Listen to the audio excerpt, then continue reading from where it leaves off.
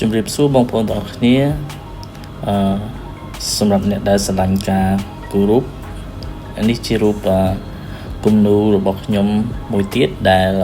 គូអំពីហនុមានគាត់លេងបាញ់ទឹកនៅពេលចូលឆ្នាំខ្មែររបស់យើងហ្នឹងគឺគាត់ប្រើកាភ្លើងបាញ់ទឹកហ្នឹង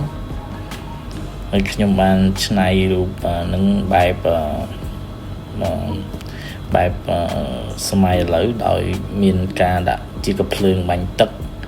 ហើយចឹងទៅហើយការស្លៀកពាក់របស់គាត់ដូចជាស្លៀកខោខ្លីហើយមានអាខោហ្គែនពីក្នុងអីចឹងទៅហើយពាក់ស្បែកជើងដូច crop អីចឹងណាខ្ញុំមានអារម្មណ៍ថាវាយើងចង់ឲ្យសម័យលាយនឹង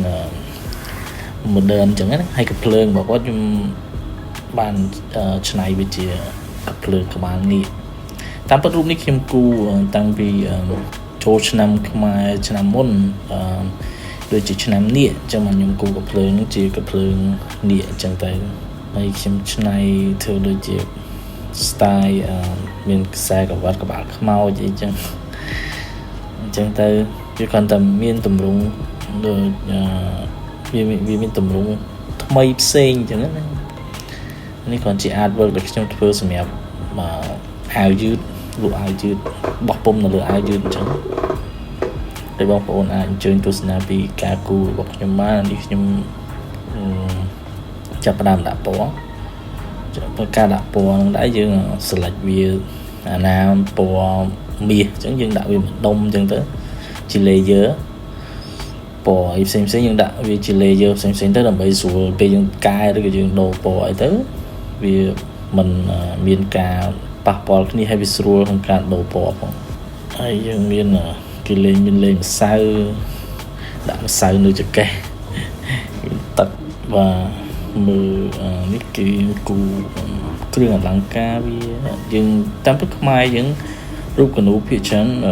ដូចជាហនុមានដូចជាហ្នឹងបើសិនជាយើងបាត់នៅអាគ្រឿងអលង្ការគ្រឿងអីវាហ្នឹងទៅវាមើលទៅវាមិនសូវដូចជាហនុមានទេអញ្ចឹងហើយបាទខ្ញុំនៅតែបន្ថែមសូម្បីតែនៅលើកបាល់ហើយនឹងកងដៃកងជើងហើយនឹងខ្សែចង្កេះបាទហើយរូបនេះក៏វាហ្នឹងហើយវា complete ប៉ុណ្ណេះឯង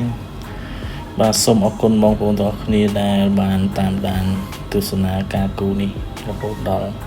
ចប់បាទសូមបងប្អូនទាំងអស់គ្នាជួយ share និង like ឲ្យបានច្រើនផងដើម្បីខ្ញុំបាទមានកម្លាំងចិត្តនឹងបន្តការគូររូបនេះឲ្យបងប្អូនទស្សនាទៀតអរគុណ